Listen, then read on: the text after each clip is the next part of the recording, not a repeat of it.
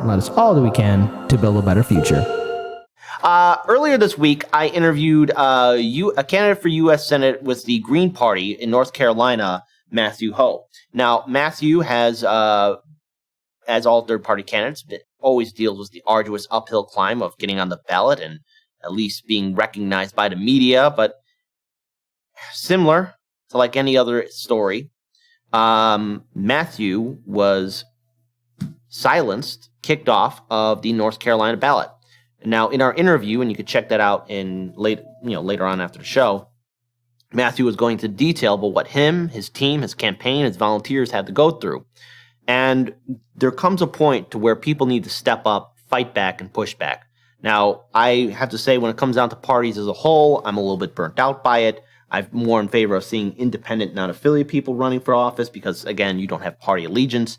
But when it comes down to independent and third party, look, what the Green Party has to deal with, the Libertarian Party has to deal with, it's unfair. In Illinois, I thought we had the harshest draconian system here. But North Carolina, with the Republicans and Democrats working together, they kicked them off the ballot. So Matthew and his team are taking the initiative and filing a lawsuit against the North Carolina Board of Elections. So let's actually pull up this first tweet if we can. I just would like to read it so all of our viewers and subscribers can see it.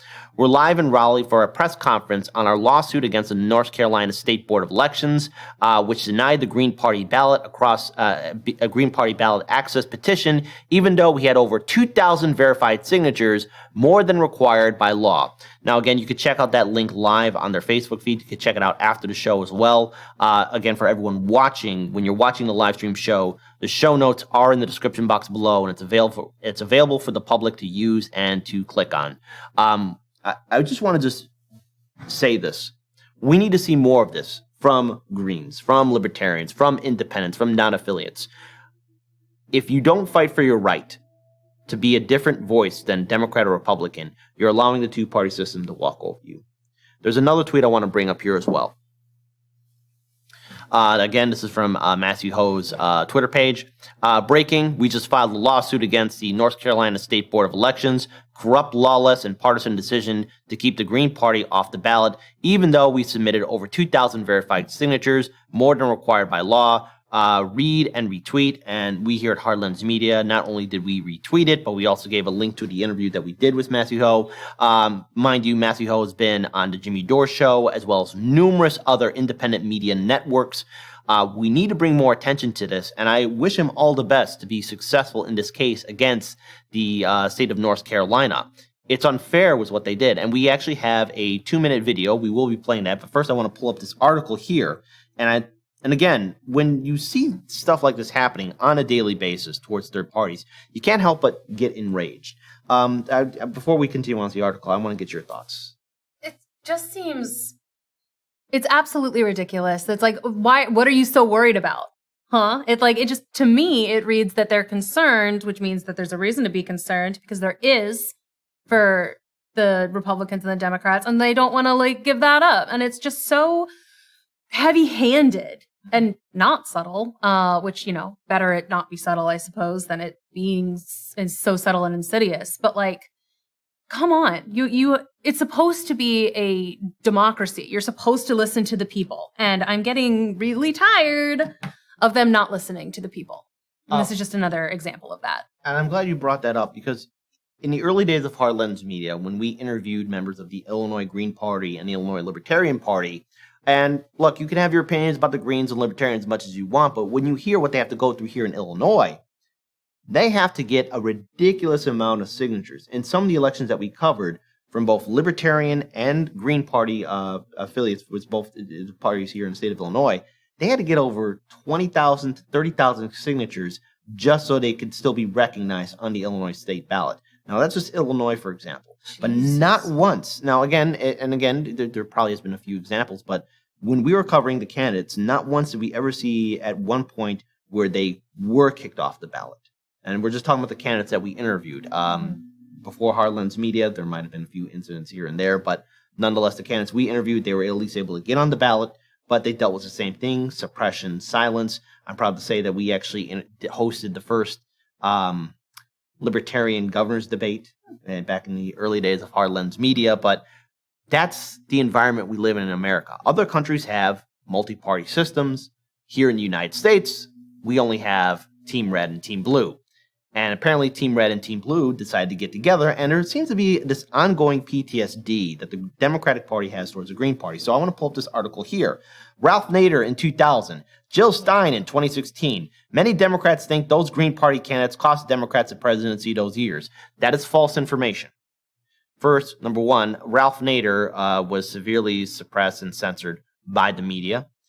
He was wrongly vilified by the media, by a lot of liberals.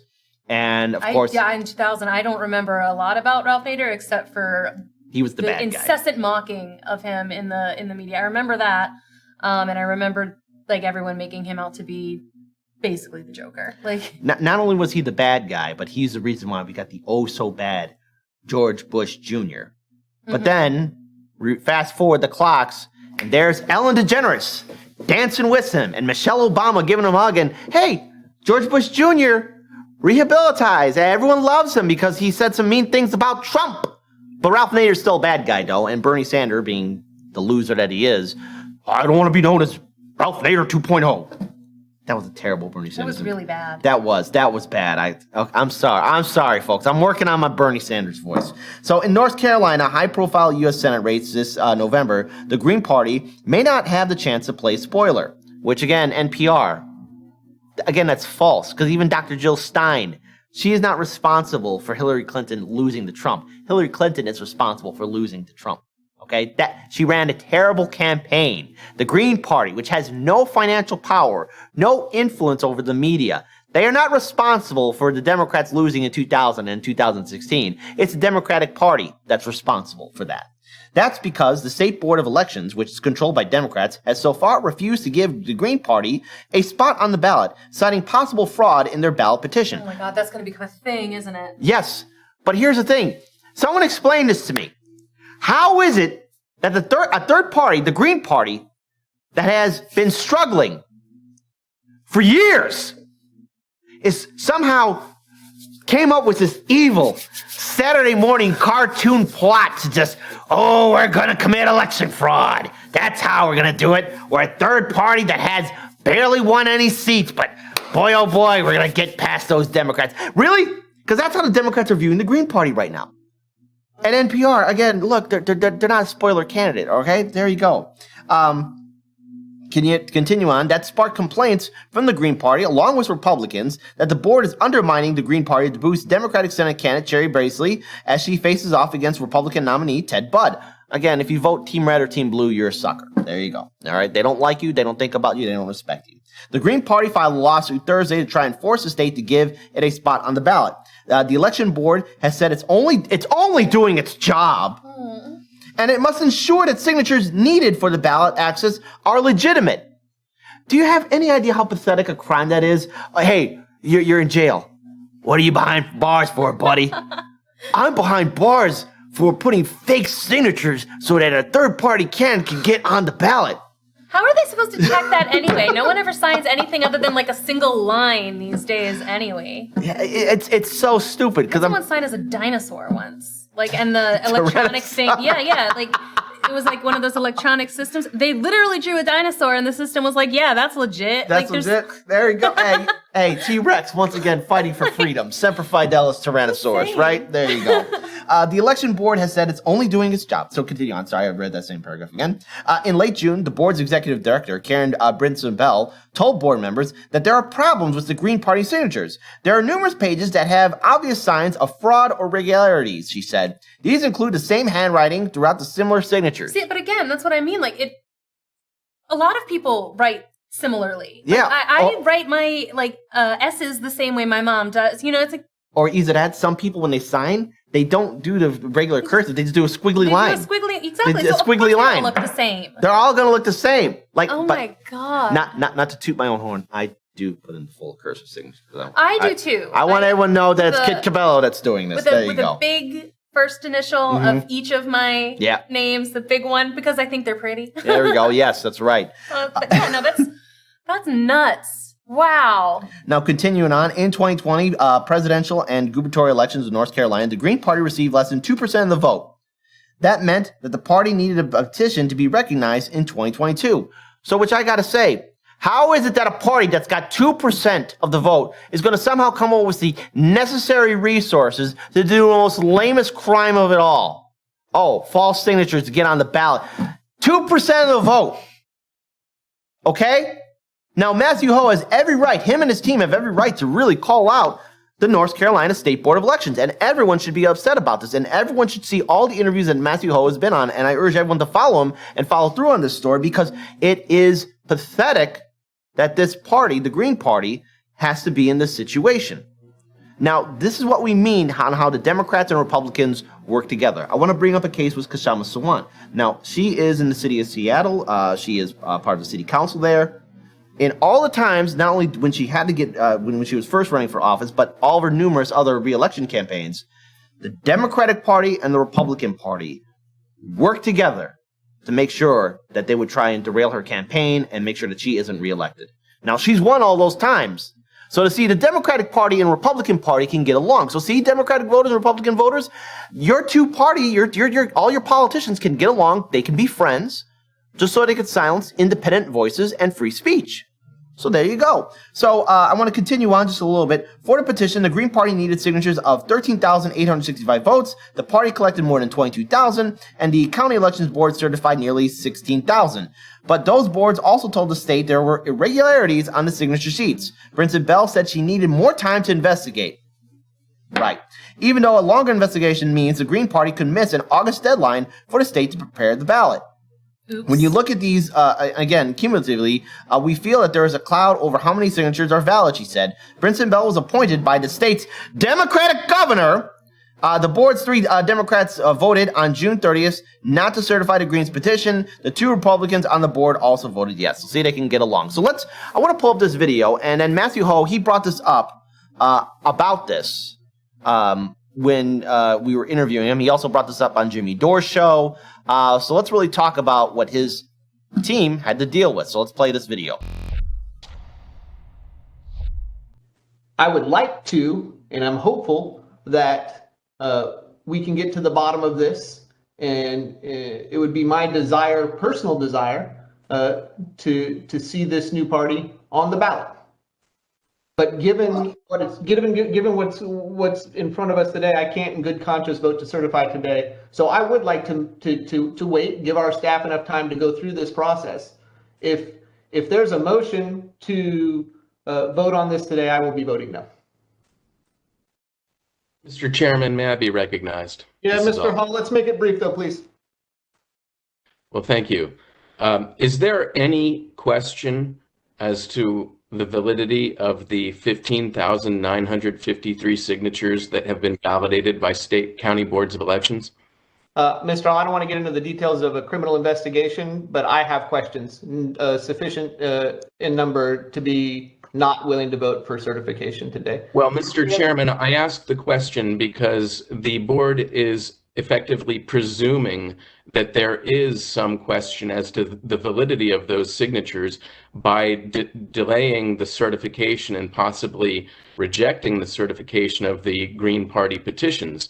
And if there is some presumption here that is operative, the presumption ought to be that validated signatures are valid, unless there is some basis for considering them invalid or at least subject to further investigation. So again, the question is there any basis for considering or questioning the validity of any one of those 15,953 validated signatures?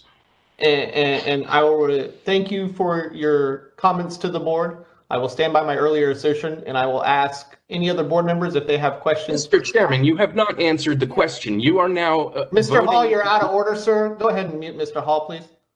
I'll ask the board members if they have any other questions for staff.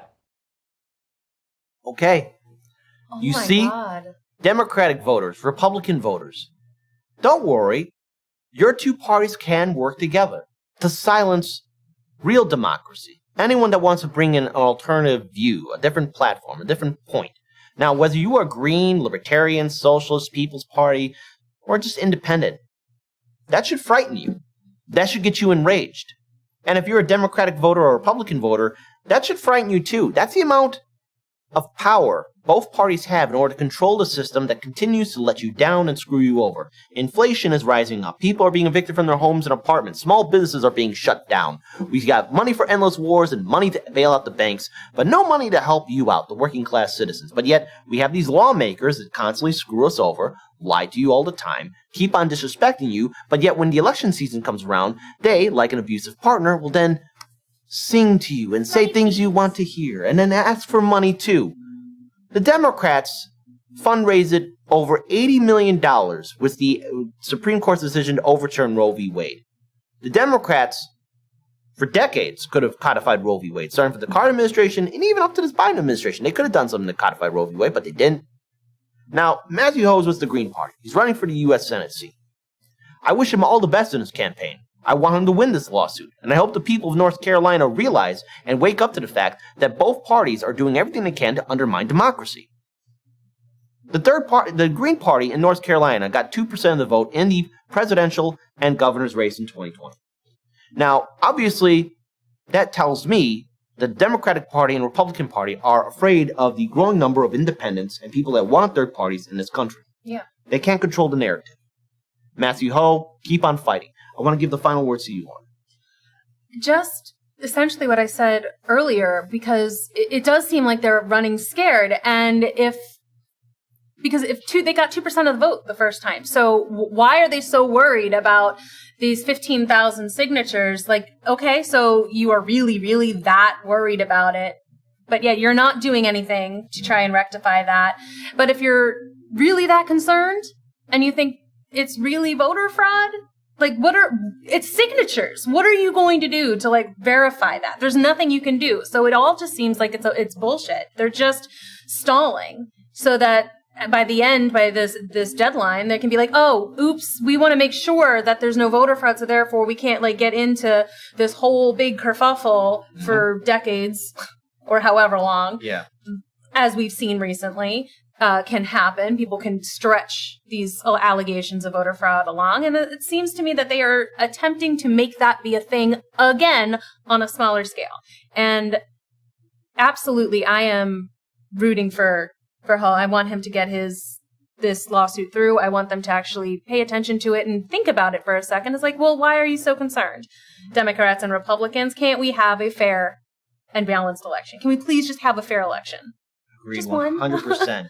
And I want to actually add in this super chat who we got earlier when the show started. The crazy old crow tipped us $5, and they say it's not like the Democrats can run on policy or be held accountable for their lack of action.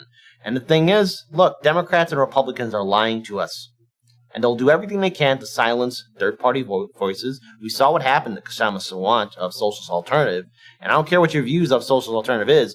Democratic Party and Republican Party got together to try and make sure that she wouldn't win her re-elections. Now, she won. Same point, too. If you're libertarian or green, follow this case, what's happened to Matthew Hoh. Because the Democratic Party and Republican Party shook hands and decided to remove a third-party candidate off the ballot. If you are green or libertarian, you should be angry. You should be furious because this is undermining democracy and denying the American people a right to choose something different than Republican or Democrat.